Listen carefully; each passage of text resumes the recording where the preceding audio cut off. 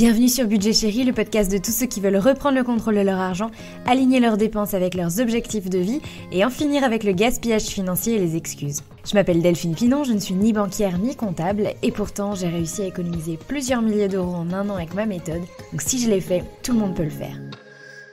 Salut à tous les confinés! Cette semaine j'étais censée être en vacances et je le suis en partie, mais confinée chez moi comme tout le monde.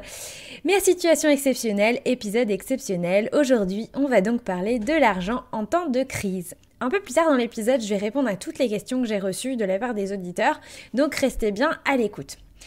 Une crise quelle qu'elle soit exacerbe le sentiment d'incertitude, le fait de ne pas savoir. Et on déteste tous ça, l'incertitude, ne pas savoir. Peu de personnes se sentent à l'aise face à un tel niveau d'incertitude qui est mondial et face à des changements qui sont aussi radicaux et aussi soudains comme un confinement qui va durer probablement plusieurs semaines. Mais guess what? La vie, c'est ça. La vie, c'est l'incertitude. La vie, c'est le changement. On ne sait jamais ce qui va arriver. Vous vous rappelez de cette réplique célèbre? La vie, c'est comme une boîte de chocolat. On ne sait jamais sur quoi on va tomber. Eh bien la vie se moque bien de nos plans, de nos projets et de nos besoins de sécurité. Finalement, peu importe ce qu'on prévoit, les plans qu'on élabore, la vie trouve toujours un moyen de s'immiscer dans notre organisation. Et ça, on déteste. On vit à l'échelle du monde, en ce moment, ce que finalement chacun de nous vit au quotidien, c'est l'incertitude de la vie. La crise que l'on vit en ce moment exacerbe les peurs liées à l'argent. Peur de manquer. Peur de perdre de l'argent, peur du changement, peur que le monde s'écroule même. Plus que jamais, en temps de crise, on ne sait pas de quoi demain sera fait. Combien de temps va durer le confinement? Que va-t-il se passer après? Les marchés vont-ils reprendre? Les entreprises vont-elles faire faillite? L'immobilier va-t-il se casser la gueule? Vais-je perdre mon emploi? Vais-je subir une baisse de salaire? Vais-je pouvoir continuer à rembourser mes crédits? Ça, c'est toutes les questions que tout le monde se pose ou que vous vous posez probablement en ce moment. Et pour certains, ce sont déjà plus des peurs, mais ce sont des réalités. Parce que les pertes financières, pour certains, sont déjà bien réelles. Mais ce que j'ai envie de vous dire, c'est que vous vous relèverez. L'immense majorité des Français se relèvera. Et vous verrez que perdre de l'argent, c'est pas si grave. Qu'on finit par s'en remettre. Que c'est pas la pire des choses qui puissent nous arriver. Certains d'entre vous ont peut-être déjà perdu des proches pendant cette pandémie. D'autres sont peut-être malades ou ont des proches qu'ils sont. Donc vous savez que vous avez bien plus à perdre que l'argent que vous avez placé en bourse ou dans un bien immobilier ou même la perte de revenus que vous allez subir pendant un temps. Je banalise pas l'impact que tous ces événements peuvent avoir sur vous et sur votre porte-monnaie et surtout sur votre psychologie, enfin vos craintes. Mais je peux vous proposer de voir le verre à moitié plein. Vous savez, je suis entrepreneuse, j'ai entrepris un certain nombre de fois et de l'argent, j'en ai déjà perdu un paquet dans mes différentes aventures entrepreneuriales, plusieurs dizaines de milliers d'euros. C'est plus que beaucoup de personnes ont déjà perdu dans mon entourage, c'est plus que mes parents en une vie par exemple. Mais je me suis toujours relevée et si j'y suis arrivée, vous y arriverez aussi. La plupart des gens se relèvent d'un échec et se relèvent d'une perte financière, même si elle est importante. Aujourd'hui, peut-être que vous subissez cette situation. Vous subissez tout ce qui se passe en ayant le sentiment d'être impuissant. Demain, si vous faites ce qu'il faut, vous ne subirez plus ou presque plus parce qu'on ne peut jamais éviter tout risque. Donc n'ayez pas peur de perdre de l'argent. Ayez peur de ne pas profiter du temps et des ressources que vous avez maintenant pour vous créer la vie dont vous rêvez. Pas dans 40 ans, pas dans 15 ans, mais maintenant.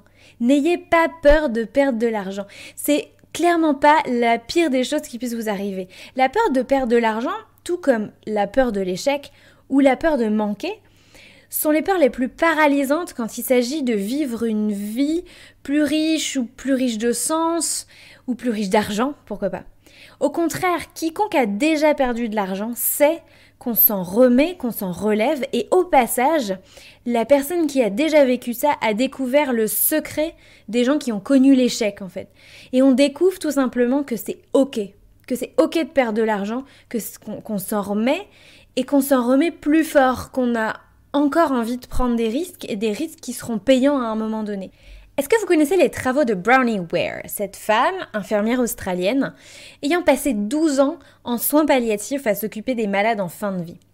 Elle a recueilli et répertorié les 5 plus grands regrets des personnes en fin de vie au moment où celles-ci font le bilan de leur vie.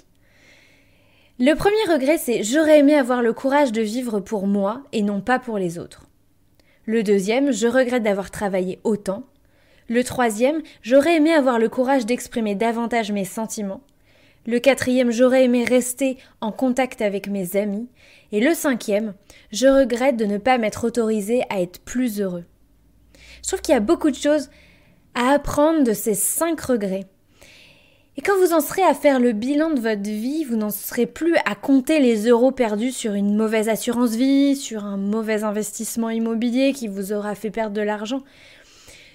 À ce moment-là, vous ne vous souviendrez pas non plus de la belle voiture que vous avez achetée, de votre beau smartphone, de cette montre, du parfum qui sent bon. Vous vous souviendrez en revanche du job que vous avez gardé parce que vous n'avez pas osé le quitter par peur de baisser votre train de vie. Vous vous souviendrez d'avoir trop travaillé au détriment du temps que vous avez ou que vous n'avez pas passé avec vos proches.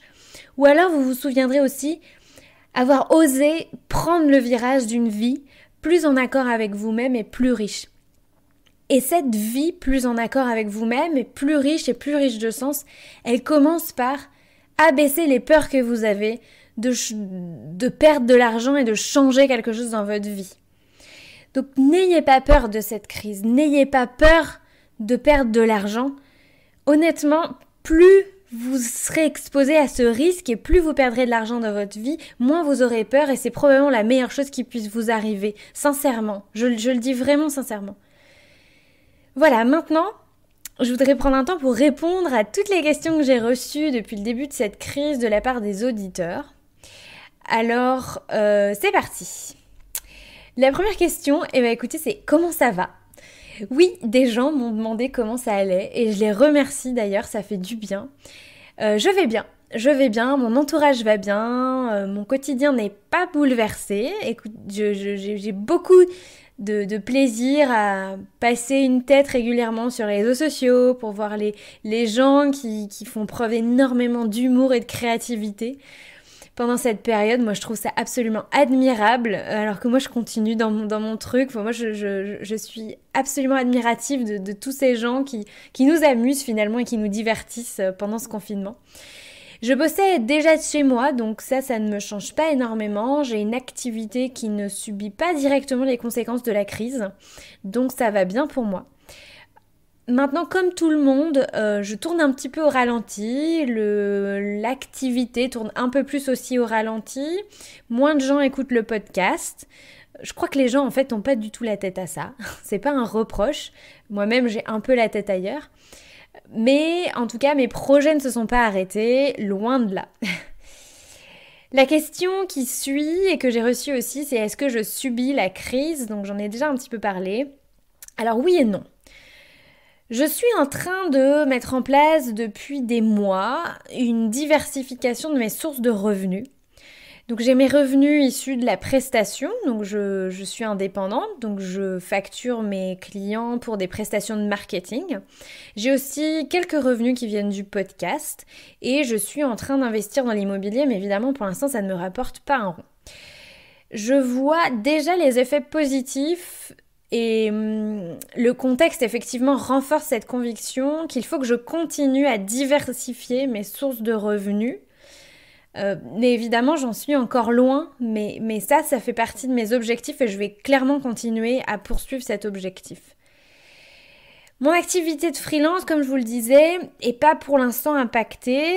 Mes clients sont tous dans le secteur de la finance, ce sont tous des fintech et subissent, on va dire comme tout le monde, des baisses.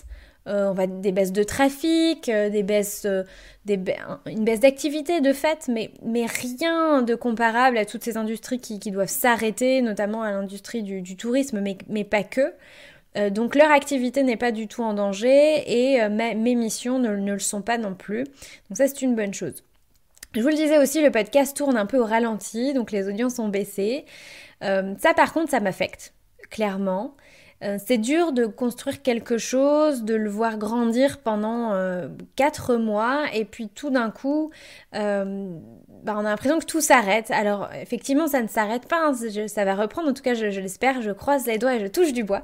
Mais c'est vrai que j'y mets tellement d'énergie que je me sens un petit peu comme tout le monde, hein, comme beaucoup de gens, très impuissante face à ce qui se passe en ce moment. Pour autant, je m'estime bien lotie sur ce sujet-là aussi, parce que, voilà, encore une fois, beaucoup de gens subissent des choses bien pires que moi, des freelances qui n'ont plus d'activité, enfin voilà, la liste est longue des gens qui subissent vraiment les conséquences économiques de cette crise.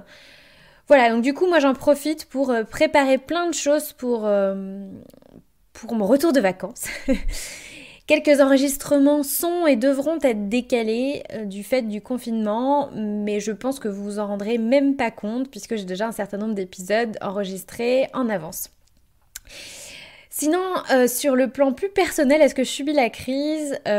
Oui, un peu. J'avais récemment décidé de passer mon assurance vie qui est chez Boursorama. J'avais décidé de la passer en gestion pilotée avec un profil de risque assez important. Et bah voilà, ça a pas loupé. Je me suis exposée au risque, donc j'ai perdu plusieurs centaines d'euros. Déjà, j'avais à peu près 1800, à peu près, hein, parce que bon, j'en rajoute un peu tous les mois, mais à peu près 1800 euros d'investis jusqu'à présent sur cette assurance vie. Alors c'est pas énorme, hein, mais du coup j'ai perdu 350 ou 400 euros, ce qui par contre est énorme au vu de la somme investie.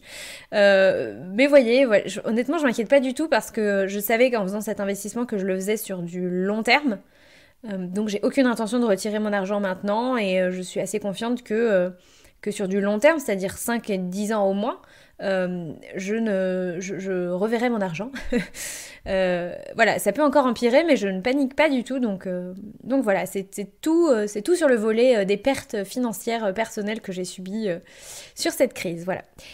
Alors, la question numéro 3 que j'ai reçue, enfin, c'est pas la question numéro 3, mais je les ai classées dans cet ordre-là. Comment est-ce qu'on peut faire pour se protéger contre une crise ou se prémunir contre les impacts d'une crise ? Alors ça, c'est une super question, super vaste question aussi. Alors, mon avis, c'est qu'on ne peut jamais se prémunir complètement contre tous les risques. Le risque zéro n'existe pas et je suis complètement adepte de cette théorie. Il faut juste accepter qu'on ne peut pas tout maîtriser. On peut juste mettre en place ce qu'il faut pour limiter les dégâts en cas de crise et être moins vulnérable. Aujourd'hui, on voit bien que même le CDI n'est pas si sécurisant qu'on le pense. Les fonctionnaires aussi craignent pour le paiement de leur salaire. Je pense pas que le système est sur le point de s'écrouler, mais encore une fois, je ne suis pas Madame Irma, je ne lis pas dans une boule de cristal, donc je ne sais pas de quoi l'avenir sera fait. Ce que je peux juste vous dire, c'est que face à cette incertitude, il est difficile aujourd'hui de dire qu'on doit se réfugier absolument derrière un CDI ou un poste de fonctionnaire. Par ailleurs, je trouve que, moi je vous dirais toujours d'aller vers où vos envies vous portent. Il y a la sécurité dans la vie, mais il n'y a pas que ça. On parlait des regrets tout à l'heure. Il y a essayer de vivre une vie en accord avec soi-même, avec ses valeurs, en essayant d'être plus heureux. Et je suis sûre que pour tous ceux qui ont des enfants notamment, vous n'avez pas envie de transmettre à vos enfants l'idée que on doit absolument vivre une vie de sécurité. Sans faire des choses, sans faire ce qu'il faut pour vivre une vie pleinement en accord avec ses envies, ses valeurs, ses projets, pour s'épanouir. Voilà, c'était un petit aparté. Maintenant, j'ai 4 conseils, ouais, je relis un petit peu mes notes. J'ai 4 conseils à vous donner sur le fait de limiter l'impact d'une crise. Donc pour celle-ci, c'est peut-être un petit peu tard, mais pour les prochaines, il y en aura d'autres. Hein. Il y en aura d'autres, c'est sûr. Peut-être pas aussi fortes, mais il ne faut pas attendre d'être dans une crise aussi forte pour réagir vraiment. C'est des choses qu'on peut mettre en place dès maintenant et qui porteront leurs fruits la prochaine fois. Donc le premier conseil, c'est de diversifier ses sources de revenus. Je vous l'ai dit, moi je suis en train de faire ça et je vois déjà à quel point ça me sera utile plus tard, donc je peux que vous encourager à le faire. Vous êtes moins vulnérable avec un emploi et des revenus locatifs que juste avec un emploi. C'est un exemple. Donc l'idée, c'est que vous puissiez développer d'autres sources de revenus. Ça peut être par exemple une activité en plus de votre job. développer un site e-commerce, vendre de la formation dans un domaine qui vous passionne. C'est ce que je fais avec le podcast. C'est un domaine qui me passionne et je crée du contenu gratuit, mais je propose aussi des formations. En l'occurrence, aujourd'hui, je propose une méthode que je vends et bientôt une formation. Voilà, ça y est, je l'ai dit, je vais bientôt mettre en ligne une formation complète. Donc ça aussi, c'est des choses que vous pouvez faire si vous avez une passion ou si vous avez envie d'en développer une. Vous pouvez aussi investir pour générer une rente, c'est aussi ce que je suis en train de faire en investissant dans l'immobilier. Donc il y a plusieurs façons de faire pour diversifier ces revenus. Aujourd'hui, moi je tire mes revenus de la prestation de service, de la vente de cette méthode budgétaire, de l'affiliation aussi sur le podcast, mais j'ai encore plein d'autres projets. Ça ne s'arrête jamais la diversification. Et si c'est un sujet qui vous intéresse, je vous conseille le très bon bouquin, alors qui est en anglais, de Dorie Clark, qui s'appelle Entrepreneurial You, en bon français, Entrepreneurial You, très compliqué à dire en anglais, voilà, que vous trouverez dès que vous pourrez vous faire livrer dans n'importe quel libraire en ligne, voilà.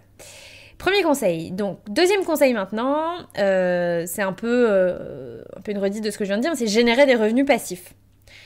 Donc pour aujourd'hui, évidemment, c'est trop tard, pour tous ceux qui n'en ont pas déjà, mais pour demain, ça peut le faire, c'est ce que je suis en train de faire.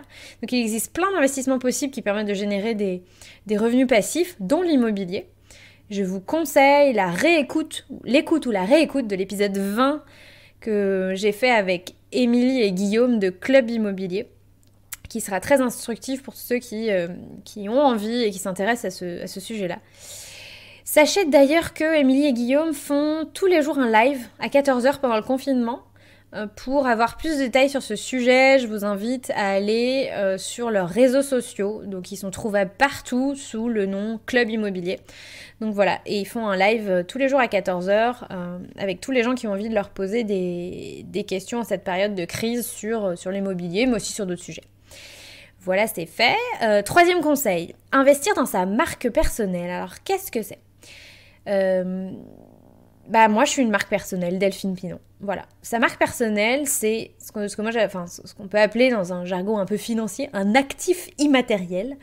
C'est tout simplement investir sur soi, c'est-à-dire se penser comme une marque et investir du temps et de l'argent dans la construction de notre marque personnelle qui peut effectivement s'avérer particulièrement payant sur le long terme. Quand on investit dans sa marque personnelle, on a moins de chances que nos clients nous lâchent, par exemple. On a moins de chances qu'ils aient envie de baisser les prix. On a moins de problèmes pour être visible que d'autres freelances. Moi, je suis freelance, par exemple. Donc, effectivement, en mettant énormément en avant mon expertise avec du contenu gratuit, par exemple, énormément de... Alors, moi, je suis très active sur LinkedIn, par exemple, mais je propose énormément de contenu sur LinkedIn qui me permettent de construire une expertise au-delà de mon cercle de clients. Parce que quand on fait des choses super bien, mais qu'il n'y a que nos clients qui le savent, effectivement, on est très vulnérable quand on est dans une période de crise comme aujourd'hui. Et du coup, quand nos clients nous lâchent pour une raison ou pour une autre, effectivement, la machine est plus longue à mettre en route pour trouver de nouveaux clients. Donc, c'est moins le cas quand on est très visible et quand on a su faire reconnaître son expertise. Et c'est vraiment un travail sur lequel il faut investir beaucoup de temps et qui se construit vraiment dans le temps, quoi. Ça fait partie de ce que je dirais... alors, je vais reparler du livre « Père riche, Père pauvre », j'en parle tout le temps.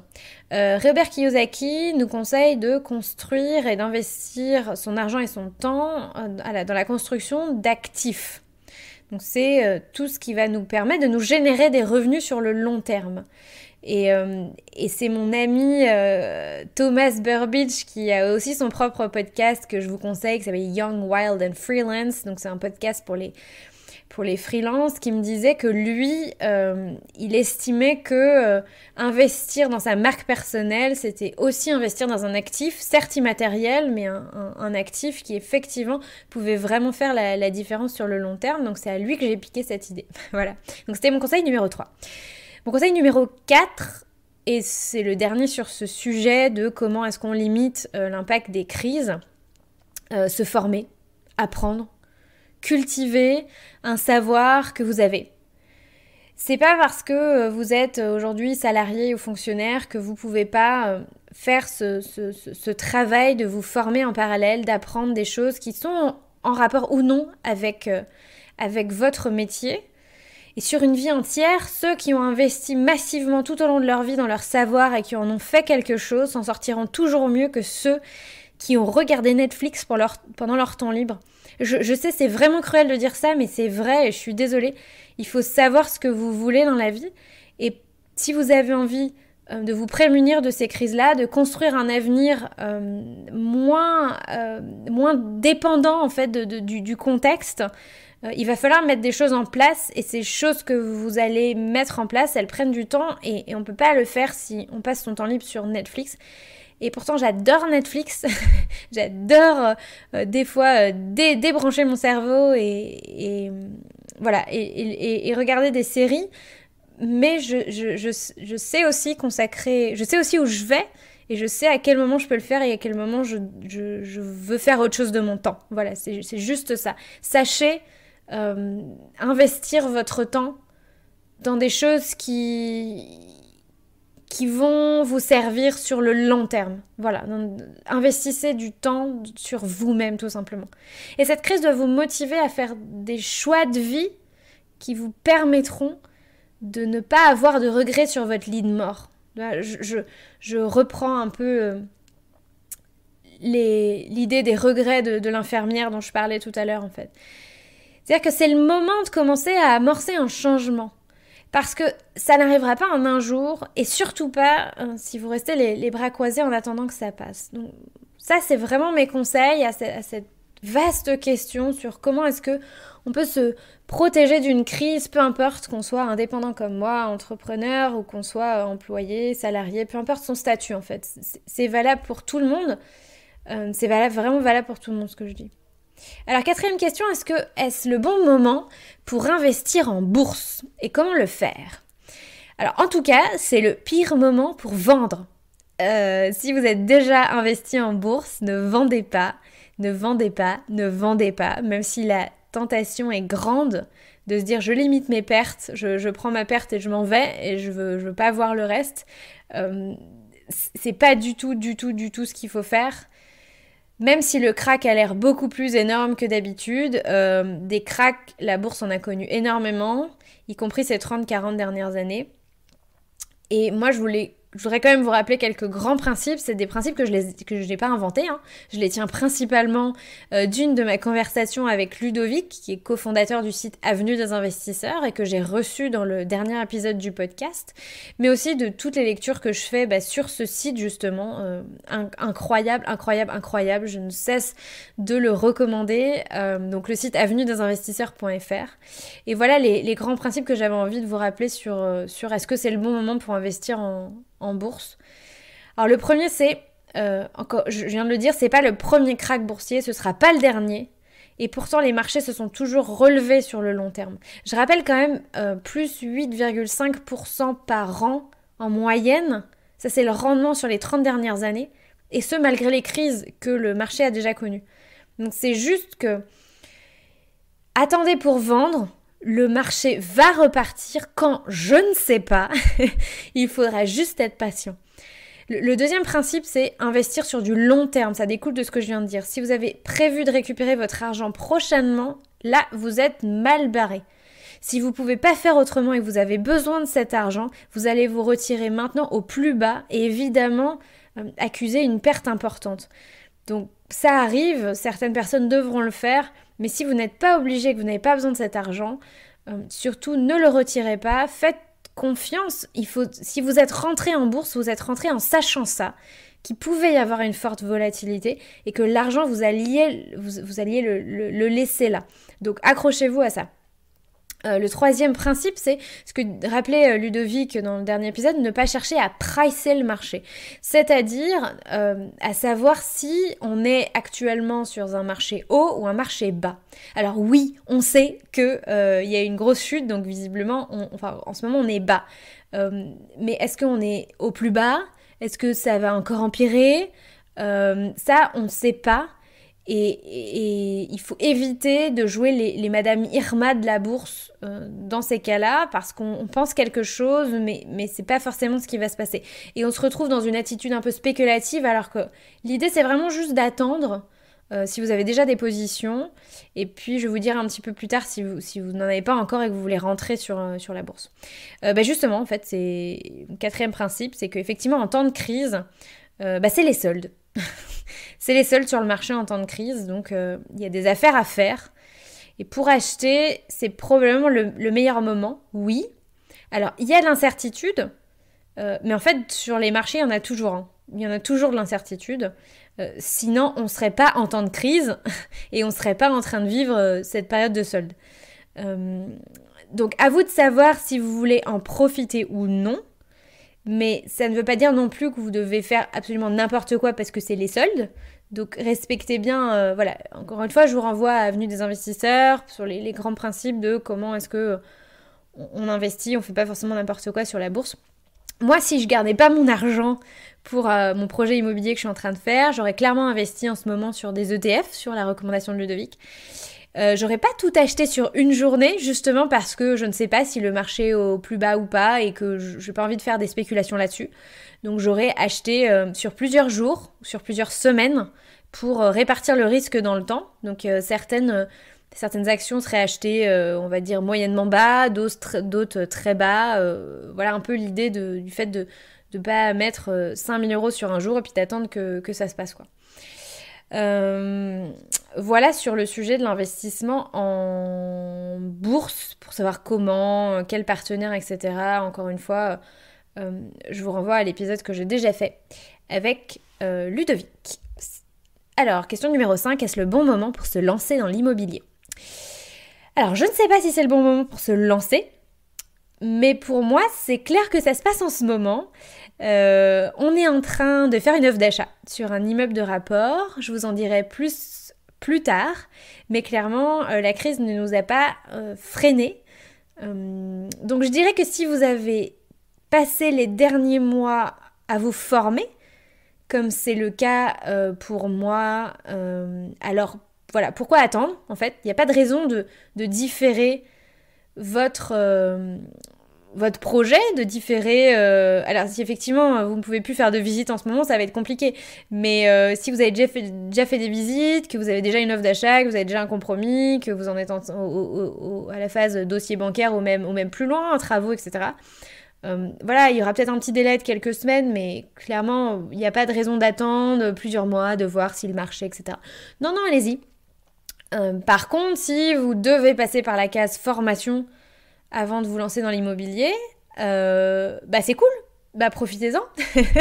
Profitez justement du fait que c'est une période un peu particulière pour vous former. Et du coup, je vous renvoie... il y a tellement de ressources en ligne. Je vous ai déjà parlé plusieurs fois de club immobilier, mais il y a d'autres personnes pour ça. Alors, nous, on aime beaucoup... il y a un groupe Facebook qui s'appelle Grosse Renta Imo, qui est très instructif. Sur la location courte durée, on aime beaucoup les contenus de Loïc Cardin. Voilà, donc... écoutez, il y en a vraiment beaucoup, donc allez sur internet, formez-vous, il y a du contenu gratuit et du contenu payant, n'hésitez pas. Nous, on a acheté du contenu payant pour faire ce projet-là, et donc c'est vraiment intéressant. Sur la question, est-ce que l'immobilier va baisser ? J'en sais rien, peut-être. Peut-être ben que oui, peut-être ben que non. Je pense que ça dépendra beaucoup des banques, des taux qu'elles vont pratiquer et de leur frilosité à prêter de l'argent. Parce qu'il va se passer beaucoup de choses pour les banques pendant ces prochaines semaines. Elles seront mises à rude épreuve. Du coup, est-ce que les taux vont augmenter ? Est-ce qu'ils vont être maintenus à la baisse ? Auquel cas, si les taux sont maintenus bas, je vois pas pourquoi les gens s'arrêteraient d'acheter. D'autant plus que la probabilité... Enfin, s'il y a une probabilité, c'est plutôt que ça baisse et non pas que ça augmente. Mais voilà, les gens qui veulent vendre, je suis pas sûre qu'ils vont s'empêcher de vendre pendant 1 an, 2 ans. Voilà, les gens qui veulent déménager parce qu'ils ont un projet de famille, ils veulent agrandir, etc., vont pas s'empêcher de vendre. Donc voilà, je pense que tout va dépendre un peu des banques. mais je suis pas sûre que après la sortie de crise, il y ait des énormes affaires à faire sur le marché immobilier. À voir. Encore une fois, je ne suis pas Madame Irma. Et en matière d'investissement immobilier, donc on va distinguer la valeur du bien, qui pourra varier donc en fonction de l'état du marché. Donc ça, je viens d'en parler. Et on va distinguer ça des rendements locatifs, que vous fassiez de la location longue durée ou courte durée. Et là, je pense que la crise va absolument rien changer. Absolument rien changer. En fait, les loyers vont pas baisser et les prix sur Airbnb ou sur n'importe quelle autre plateforme de location de vacances vont absolument pas changer. Donc si votre projet, c'est d'acheter pour louer, préoccupez-vous d'abord de la rentabilité du projet avant de savoir si vous pourrez revendre avec une plus-value dans 20 ans. De toute façon, on ne sait jamais si on pourra revendre avec une plus-value dans 20 ans, même quand on n'est pas en période de crise. Donc, juste, voilà, tenez-vous-en à la rentabilité du projet. Peut-être que vous pourrez faire des offres d'achat un petit peu plus agressives, mais voilà, tant mieux pour vous d'ailleurs, ça améliorera un peu la rentabilité du projet. Mais voilà, dites-vous bien que vous allez gagner de l'argent sur la location du bien que vous allez faire pendant X années, 5 ans, 10 ans, 15 ans, 20 ans, ça dépend combien de temps vous gardez ce bien. Alors même si vous perdez 10 000 à la revente, voilà, j'espère que vous aurez gagné bien plus de 10 000 euros sur 20 ans de location. Sinon, c'est que c'était pas forcément un investissement très très rentable. Alors, question numéro 6. Faut-il garder son argent investi en euros ou doit-on investir sur d'autres devises ? Alors, c'est clairement une question technique et je ne vais pas m'inventer une expertise technique que je n'ai pas. Est-ce que la question, c'est d'acheter plus de devises étrangères sur le Forex, qui est le forum d'échange, enfin le marché de l'échange des devises, qui est un marché qui est très, très, très... je sais pas quel mot utiliser, mais c'est pour les pros, en gros. Est-ce que la question c'est est-ce qu'on va aller dans un bureau de change et acheter une autre devise, donc ne pas garder des euros mais prendre une autre devise à la place, le yen, le dollar, la livre, ou est-ce qu'il s'agit d'ouvrir un compte en devise étrangère? Donc voilà, je sais pas exactement quelle est la question.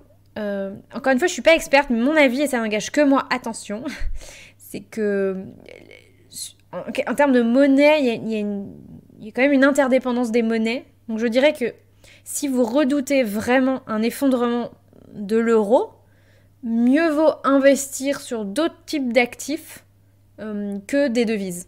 Voilà. Donc si vous craignez pour l'euro, vu le contexte actuel, où l'euro n'est pas forcément plus épargné, ou pas forcément plus en danger, enfin...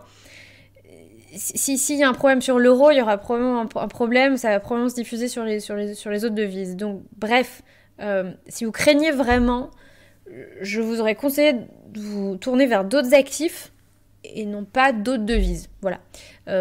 Mais je ne suis pas experte, donc je vais passer à un autre sujet. Si on veut, alors la question suivante, c'est si on veut commencer à investir en ce moment, que conseilles-tu ? Alors, j'aime pas donner ce genre de conseils parce que je trouve que c'est un sujet très personnel. D'abord, choisir dans quoi on veut investir, pour moi, c'est vraiment une question d'appétence. Par exemple, personnellement, j'ai pas énormément d'affinité avec la bourse et les marchés financiers, mais j'adore l'immobilier. Et pourtant, d'ailleurs, si j'avais des sous en ce moment, que j'étais pas en train de faire un projet immobilier, etc., j'investirais en bourse parce que, je vous l'ai dit juste avant, c'est les soldes et que j'aurais envie d'en profiter. Mais hormis l'effet d'aubaine, on va dire, je pense que pour débuter, c'est important de s'écouter et d'aller vers un domaine qu'on aime en fait tout simplement, parce que quand on met le pied à l'étrier, il faut se former, il faut lire des choses, il faut comprendre les mécanismes sur lesquels on va investir, et du coup mieux vaut le faire pour quelque chose qui nous botte quoi.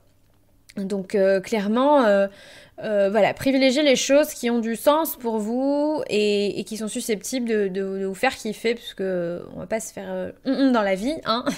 Voilà, prenons aussi un peu de plaisir. L'investissement, c'est pas quelque chose de rébarbatif non plus, quoi. Alors, me concernant, je vais vous dire un peu comment j'ai commencé et comment j'ai réparti mes investissements. Alors, d'abord, j'ai une réserve de 15 000 euros que je constitue petit à petit, dans laquelle malheureusement je suis en train de piocher en ce moment, mais bref, j'essaye de la constituer, qui correspond à environ un an de vie sans revenu. Donc 15 000 euros, je peux vivre un an avec 15 000 euros sans avoir d'autres sources de revenus. Donc c'est mon matelas de sécurité, quoi. Donc ça, c'est de l'argent que je mets de côté. Ensuite, un truc basique à faire quand on commence, c'est d'ouvrir une assurance vie.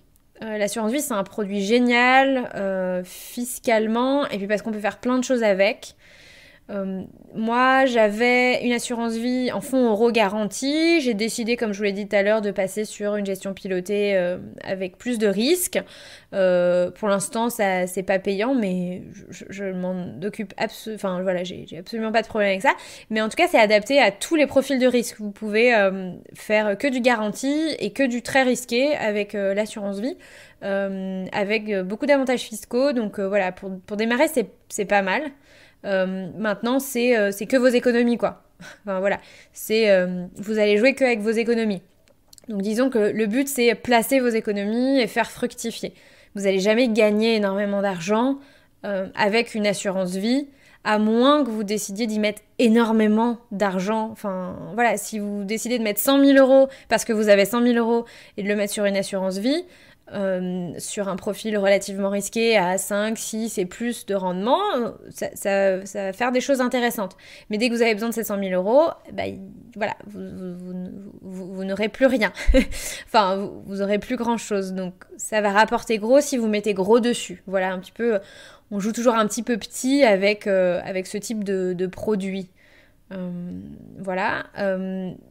Récemment, j'ai décidé d'investir dans du crowdfunding immobilier. Je trouvais que c'était un bon produit pour démarrer sur l'investissement à haut rendement, parce que le crowdfunding immobilier, c'est 8, 9 ou 10% de rendement annuel, brut, parce qu'il y a les impôts aussi. Moi, je trouvais que c'était un bon produit, et notamment, je le conseillerais pas mal aux freelances qui n'ont pas accès au levier bancaire, comme c'était mon cas. Moi, je suis freelance, j'ai qu'un seul bilan. Donc, allez voir une banque pour emprunter 100 000 euros, et je vous dirai comment j'ai fait après, mais pour emprunter 100 000, 200 000, 300 000 euros pour faire un projet immobilier, c'est compliqué. Donc, du coup, j'avais décidé il y a quelques semaines d'investir sur le crowdfunding immobilier. Ça permettait à la fois de valoriser mon épargne et de tester des produits avec des rendements un peu plus élevés. Donc, j'ai mis 4 000 euros sur du crowdfunding immobilier sur 2 projets différents. Donc voilà, je trouve que c'est très facile. Donc moi je l'ai fait sur 2 plateformes différentes. La première c'est Homunity et la deuxième c'est Anaxago.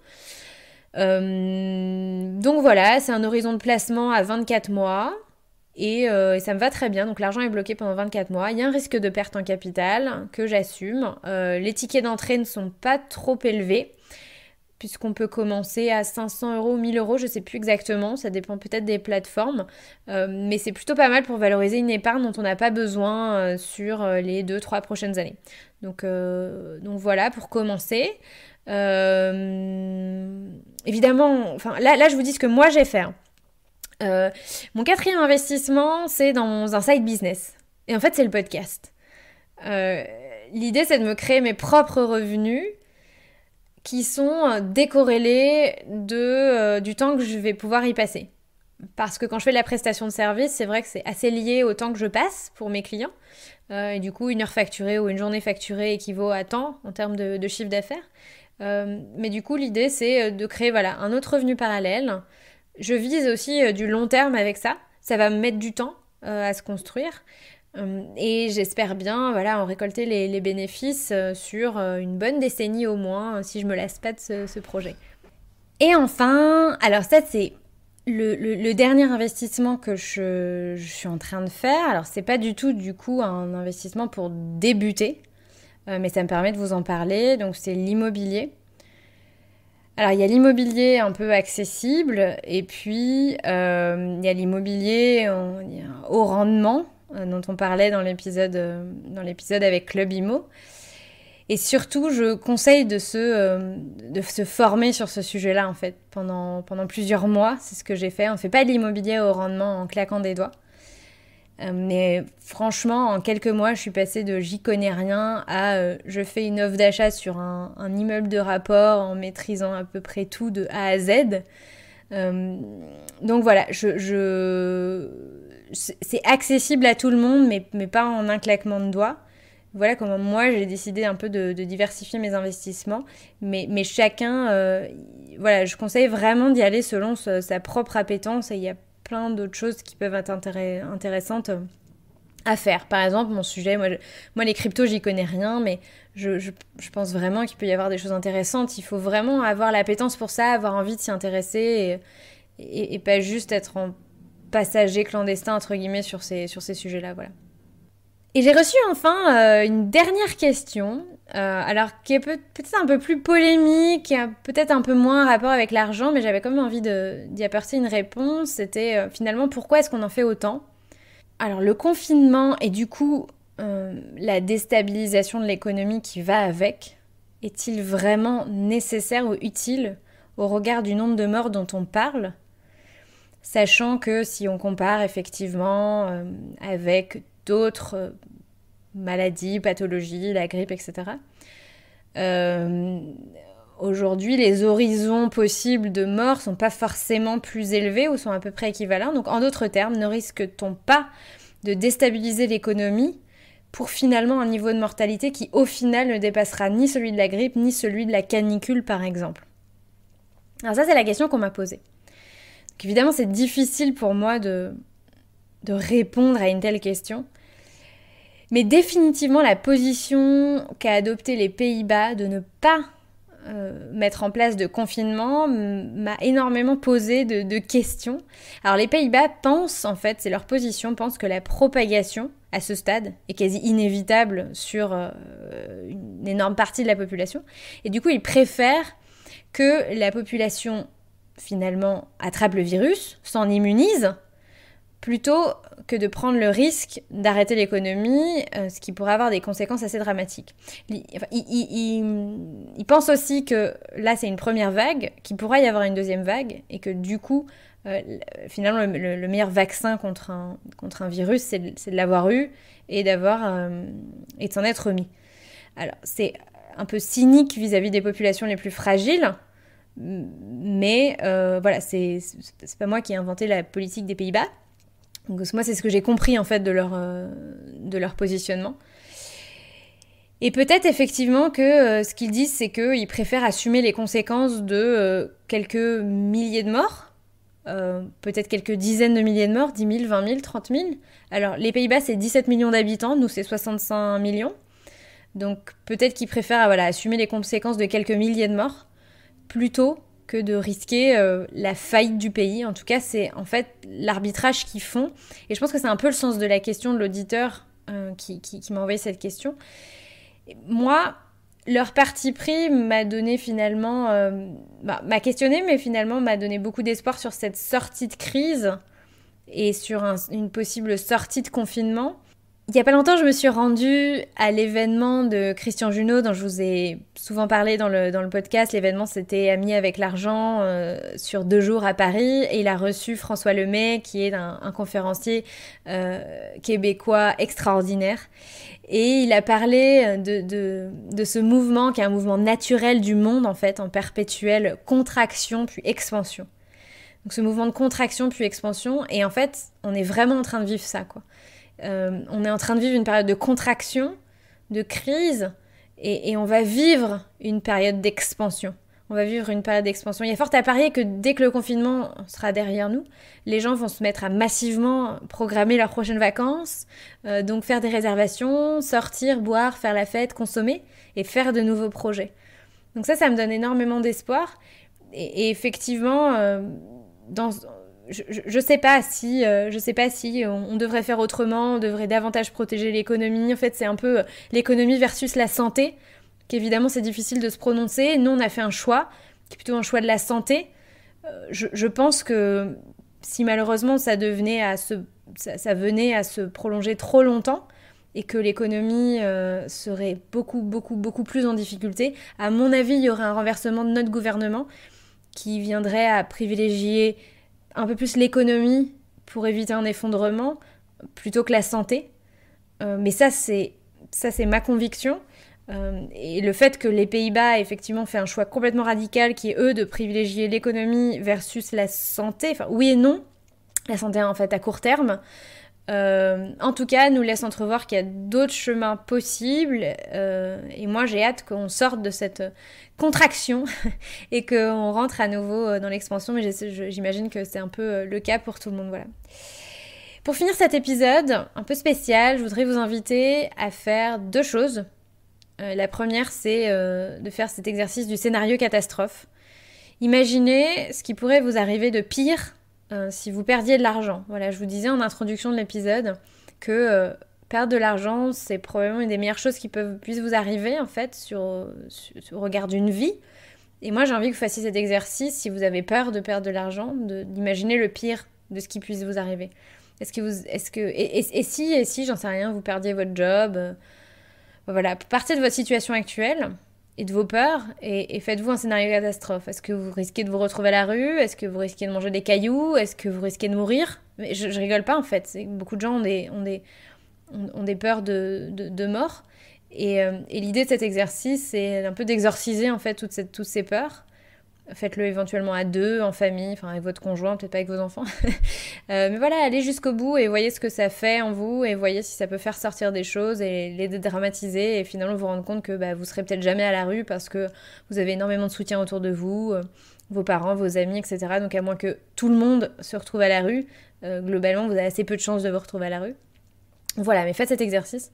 Et le deuxième chose que je voudrais vous proposer avant de terminer cet épisode, c'est de prendre une résolution. Ça fait un petit moment que je me dis ça, en fait. Souvent, je termine les épisodes et puis je vous laisse un peu comme ça vos réflexions. Et les auditeurs me disent, voilà, tu m'as fait beaucoup réfléchir. Mais en fait, je me demande souvent, est-ce que vous prenez vraiment des actions? Donc, voilà. Cette fois-ci, je vous demande vraiment de prendre une résolution, une action. Prenez un engagement vis-à-vis de vous-même. Par exemple, une action que vous allez faire pendant le confinement. Arrêtez juste d'écouter le podcast. Ce podcast-là et tout ce que vous écoutez ou tout ce que vous consommez. Arrêtez de le faire passivement. Posez des actes pour avancer vers la vie que vous avez envie d'avoir. Avec plus de sens, plus d'abondance, plus de richesse. Et posez enfin des actions. Et que chacun des contenus que vous consommez, que ce soit des vidéos sur l'investissement immobilier, sur la bourse, sur les crypto-monnaies, voilà, peu importe, mais essayez de retirer quelque chose de chacun des contenus que vous consommez, que vous lisez, que vous regardez, et de poser une action concrète dans votre vie et particulièrement pendant cette période de confinement. Voilà. D'ailleurs, non, j'ai pas totalement fini, enfin si, oui, mais non. Tous les engagements que vous allez prendre, j'aimerais bien que vous me les envoyiez par mail. L'adresse, vous la connaissez depuis le temps, donc c'est mon prénom, Delphine, @budget-chéri.com, delphine@budget-chéri.com. Voilà, tout ce que vous allez prendre comme engagement pendant ce confinement, envoyez-moi ça. Si vous avez envie d'être créatif, il y a une chaîne Instagram aussi sur le podcast, vous avez qu'à m'envoyer ça en story, en taguant Budget Chéri dans vos stories, je me ferai un plaisir de les repartager. Donc voilà, si vous avez envie d'être un peu créatif, ça me fera hyper plaisir parce que je suis un peu sur Instagram, mais pas tant que ça. Donc voilà, ça me donnerait une bonne occasion d'être sur Instagram. Voilà, écoutez, si l'épisode vous a plu, pensez à laisser un commentaire, comme d'habitude. On change pas les bonnes habitudes sur Apple Podcast. Ça permettra à d'autres gens confinés comme vous de pouvoir profiter du podcast et de eux aussi transformer leur vie pour une vie plus riche. Voilà, en attendant, je vous retrouve très vite avec un nouvel épisode, moins exceptionnel, mais tout aussi intéressant, un nouvel invité. Prenez soin de vous, voilà, prenez soin de vous et de vos proches, et puis je vous dis à très bientôt. Ciao, bye bye!